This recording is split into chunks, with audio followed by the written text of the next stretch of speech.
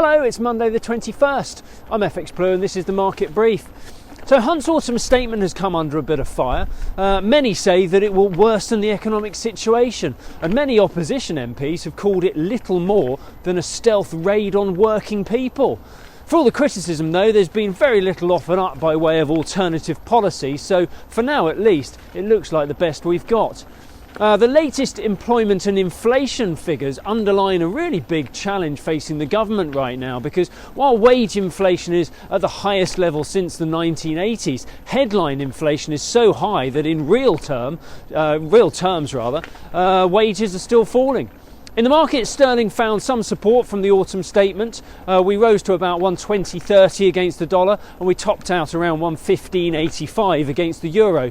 But we start the new week around 118.15 against the dollar, about 115.15 against the euro, and euro dollar is around 102.60 on the open.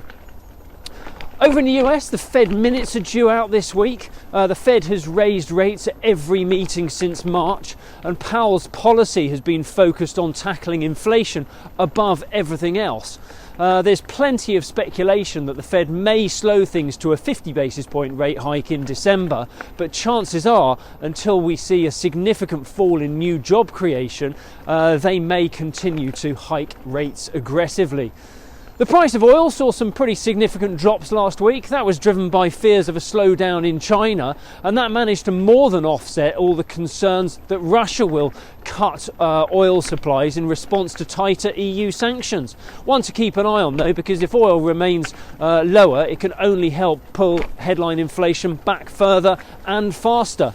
In the market, the dollar continued to correct from its 20-year high. The dollar index slipped back to a low of 105.30 on the week, but we did manage to recover slightly, and we closed out the week around the 107 level. Right, that's it from me. Have a great day. If you do not have a clue, then just tweet through and ask FxPlew.